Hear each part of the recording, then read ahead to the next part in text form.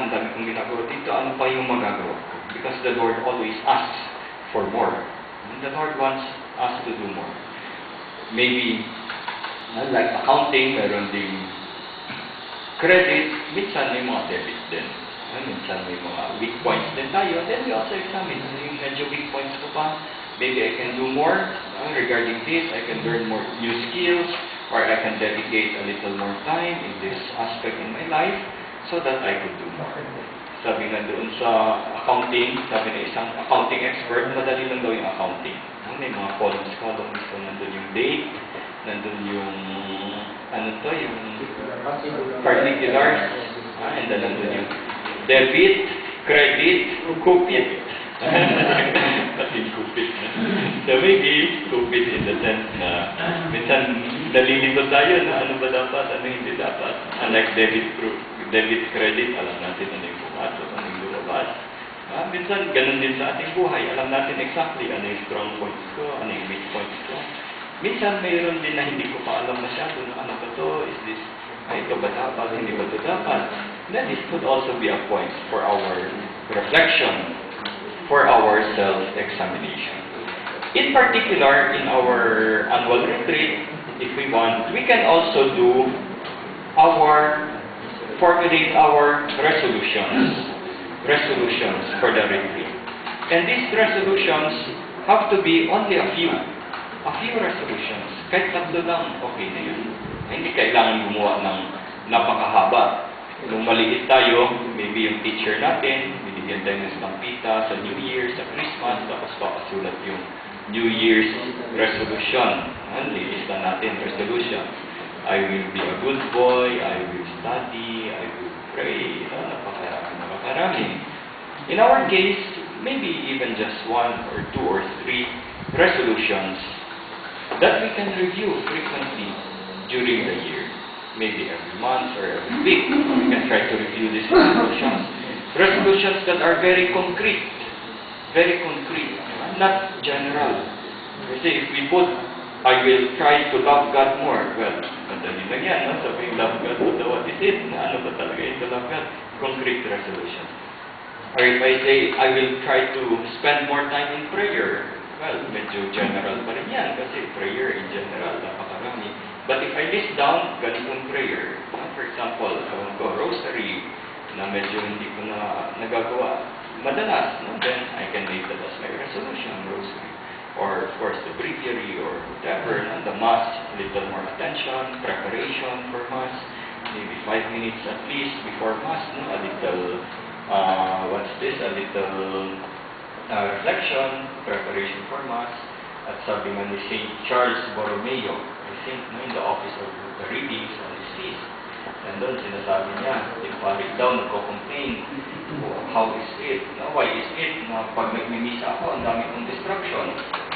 So St. Charles asked, yes, maraming distraction during the Mass. But why? Before the Mass, what has the priest been doing? No? Did he spend time in silence to think about what he is going to do, the holy sacrifice, and so on? So maybe this little point, madali lang, a little reflection before the Mass, isang resolution. Something very concrete and something very doable na magagawa talaga natin. So each one of us, in our different circumstances, we can come up with these resolutions. Also, the retreat is a time for a little more intense prayer.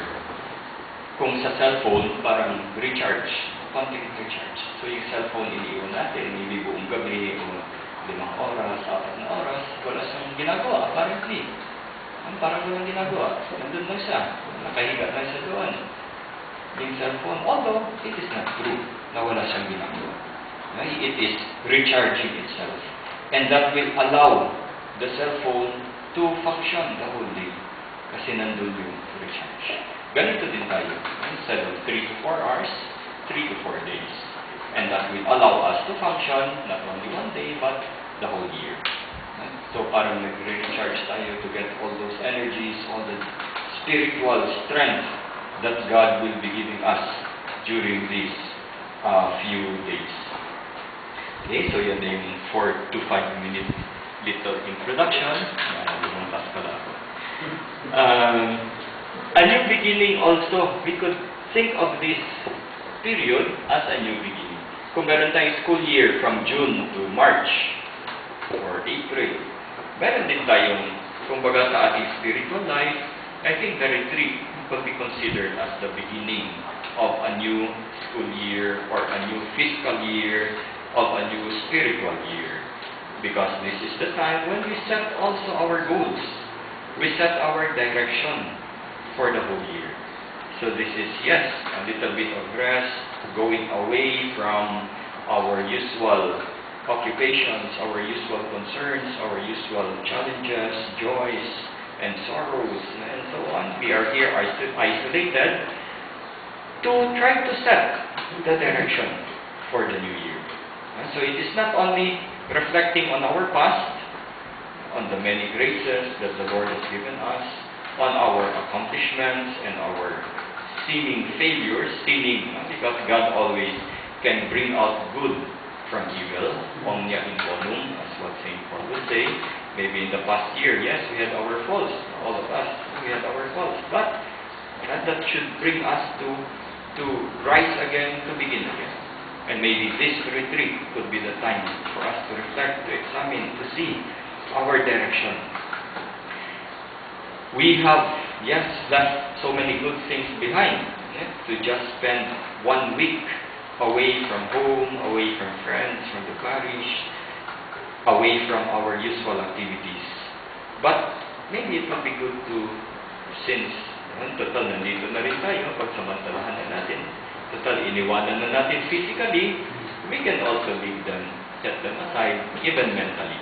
Mentally, medyo iwanan na natin mga yan para makapag-focus. It is like, maalala ko pag gumagawa ng, when I was doing the thesis for theology, may nagsuggest sa akin na after mo isulat, may nasulat kang part, iwanan mo muna. Iwanan mo. Maybe, kung pwede 2 weeks or even 1 month, iwanan mo yung chapter na yan, focus ka sa isang chapter. And then, tsaka mo balikan. After 1 month, 2 months, balikan mo yan, and you will have a fresh look at the chapter.